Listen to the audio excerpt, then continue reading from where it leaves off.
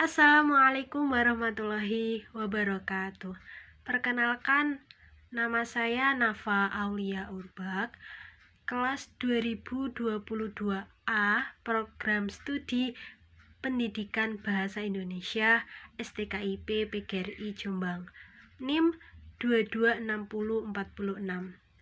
Di sini saya akan mempresentasikan dengan tujuan menyelesaikan UTS mata kuliah Bahasa Indonesia, yaitu dengan judul Penting dan Menariknya Bahasa Indonesia. Teman-teman, apakah kalian tahu apakah itu bahasa? Bahasa adalah kemampuan yang dimiliki manusia untuk berkomunikasi dengan manusia lainnya menggunakan tanda, misalnya dengan perkataan maupun dengan gerakan. Menurut Ronald Wardock, bahasa is a system of arbitrary vocal symbols used for human communication, atau bahasa adalah sebuah alat berkomunikasi antar manusia yang mana berasal dari ucapan manusia atau perkataan.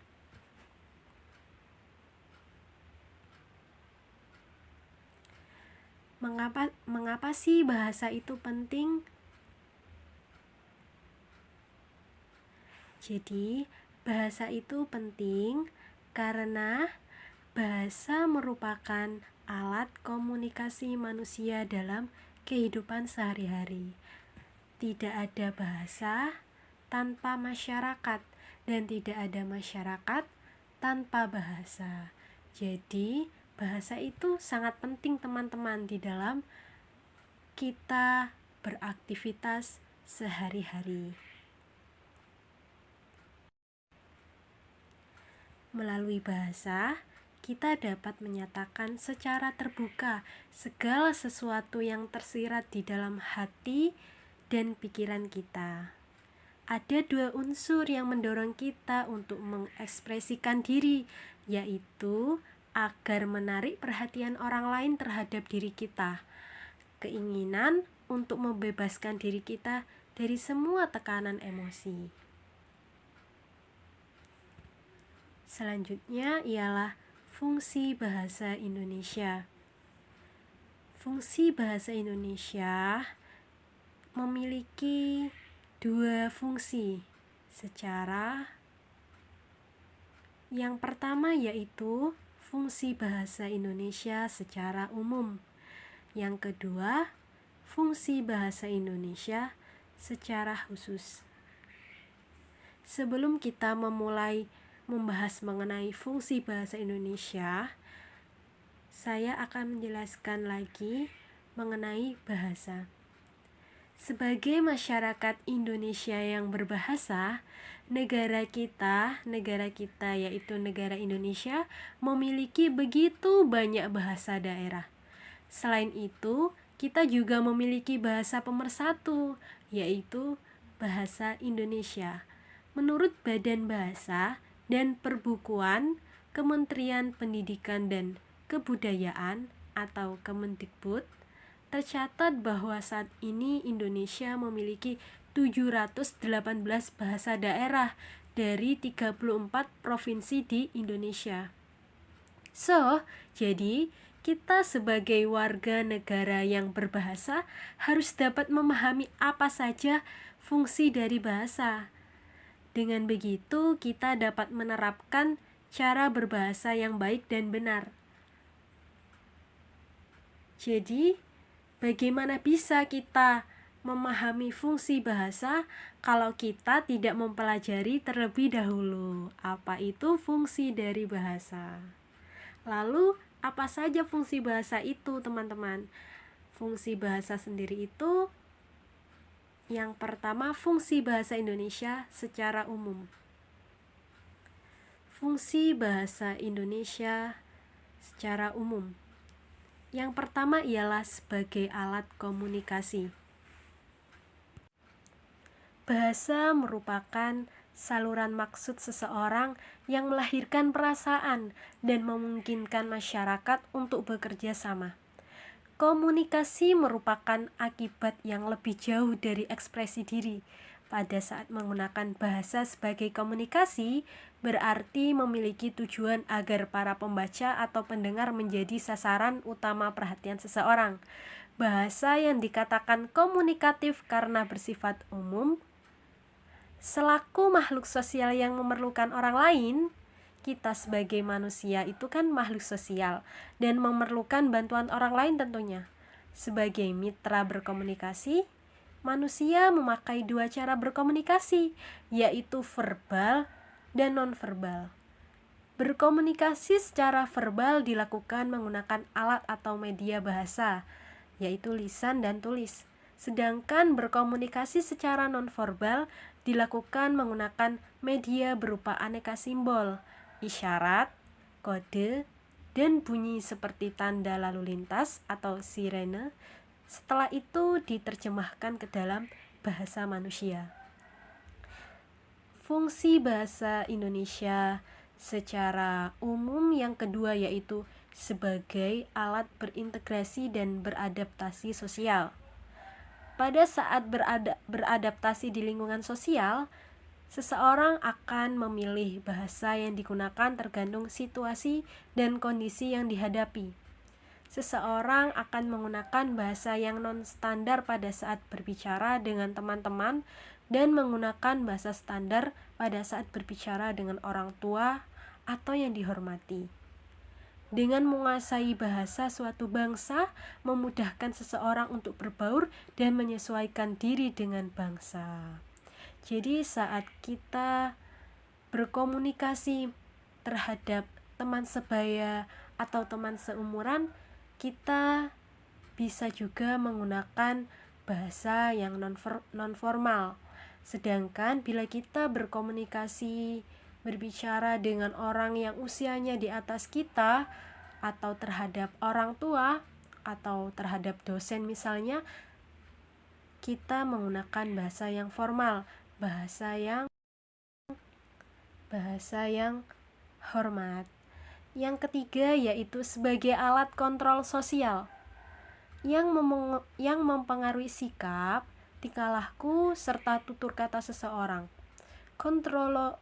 Kontrol sosial dapat diterapkan pada diri sendiri dan masyarakat.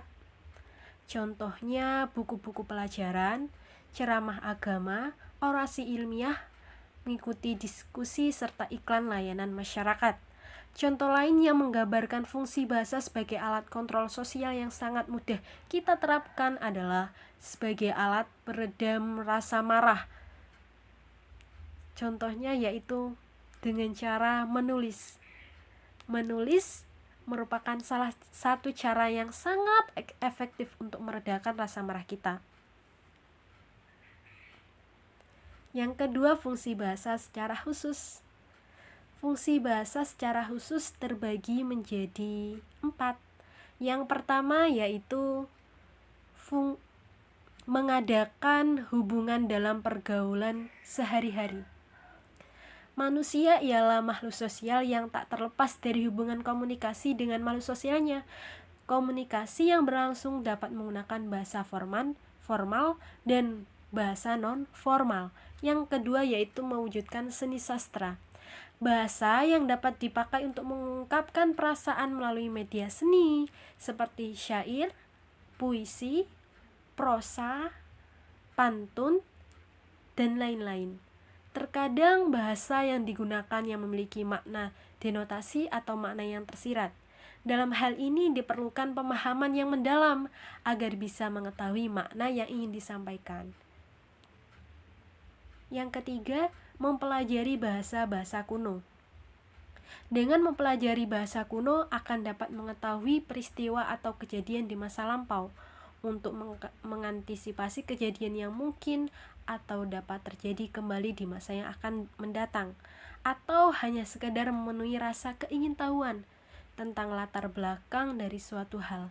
Misalnya untuk mengetahui asal dari suatu budaya yang dapat ditelusuri melalui naskah kuno atau penemuan prasasti-prasasti. Yang keempat, yang terakhir, yaitu mengeksploitasi iptek atau ilmu pengetahuan dan teknologi. Dengan jiwa dan sifat keingintahuan yang dimiliki manusia, serta akal dan pikiran yang sudah diberikan Tuhan kepada manusia, maka manusia akan selalu mengembangkan berbagai hal untuk mencapai kehidupan yang lebih baik. Pengetahuan yang dimiliki oleh manusia akan selalu didokumentasikan supaya manusia lainnya juga dapat mempergunakannya dan melestarikannya demi kebaikan manusia itu sendiri. Yang selanjutnya, poin ketiga, yaitu kedudukan bahasa Indonesia. Yang pertama, sebagai lambang kebanggaan nasional. Tentu saja bahasa Indonesia sebagai lambang kebanggaan nasional. Sebab bahasa Indonesia merupakan keluhuran nilai yang dicerminkan bangsa Indonesia. Oleh karena itu, kita harus bangga menjunjung dan mempertahankannya, termasuk dengan cara melestarikannya. Melestarikan bahasa Indonesia dengan cara menggunakan bahasa Indonesia dengan baik dan benar. Sebagai realisasi kebanggaan terhadap bahasa Indonesia, kita harus memakainya tanpa ada rasa rendah diri, malu, maupun acuh tak acuh. Kita harus benar-benar bangga memakainya dengan memelihara dan mengembangkannya. Yang kedua, lambang identitas nasional. Sebagai lambang identitas nasional, bahasa Indonesia merupakan lambang bangsa Indonesia. Berarti bahasa Indonesia dapat mengetahui identitas seseorang, yaitu sifat, tingkah laku, dan watak sebagai bangsa Indonesia. Kita harus menjaganya, jangan sampai ciri kepribadian kita tidak tercermin di dalamnya. Jangan sampai bahasa Indonesia ini tidak menunjukkan gambaran bangsa Indonesia yang sebenarnya. Yang ketiga, yaitu alat pemersatu berbagai masyarakat yang berbeda latar belakang, sosial, budaya, dan bahasanya.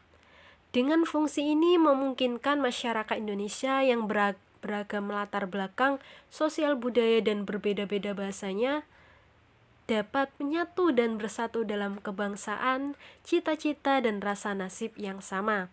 Dengan bahasa Indonesia, bangsa Indonesia merasa aman, serasi hidupnya. Karena mereka tidak merasa bersaing dan tidak merasa lagi dijajah oleh masyarakat suku lain. Karena dengan adanya kenyataan bahwa dengan menggunakan bahasa Indonesia, identitas suku dan nilai-nilai sosial budaya daerah masih tercermin dalam bahasa daerah masing-masing. Kedudukan dan fungsi bahasa daerah masih tegar dan tidak bergoyah sedikit pun. Bahkan, bahasa daerah diharapkan dapat memperkaya khazanah bahasa Indonesia. Yang terakhir, kedudukan bahasa Indonesia sebagai alat penghubung antar budaya, antar daerah. Manfaat bahasa Indonesia dapat dirasakan dalam kehidupan kita sehari-hari. Dengan bahasa Indonesia, seseorang dapat saling berhubungan untuk segala aspek kehidupan. Bagi pemerintah, segala kebijakan dan strategi yang berhubungan dengan ideologi, politik, ekonomi, sosial, budaya, pertahanan, dan keamanan mudah diinformasikan kepada warga. Apabila arus informasi antar manusia meningkat, berarti akan mempercepat peningkatan pengetahuan seseorang. Apabila pengetahuan seseorang meningkat, berarti tujuan pembangunan akan cepat tercapai. Kesimpulan. Jadi fungsi bahasa Indonesia dapat dibagi menjadi dua bagian. Tadi yang pertama yaitu fungsi bahasa secara umum dan fungsi bahasa secara khusus. Fungsi bahasa secara umum yaitu sebagai alat untuk mengungkapkan perasaan atau mengekspresikan diri, sebagai alat komunikasi, sebagai alat berintegrasi dan beradaptasi sosial, dan sebagai alat kontrol sosial. Sedangkan fungsi bahasa secara khusus yaitu mengadakan hubungan dalam pergaulan sehari-hari, mewujudkan seni atau sastra, serta mempelajari bahasa-bahasa kuno. Selesai, terima kasih atas waktunya telah menonton video ini sampai selesai. Semoga materi yang saya paparkan dalam video ini memberikan banyak kemanfaatan bagi kita semuanya. Bila ada jarum yang patah, jangan dimasukkan ke dalam peti. Bila ada kata yang salah, jangan dimasukkan ke dalam hati. Akhir kata, wassalamualaikum warahmatullahi wabarakatuh.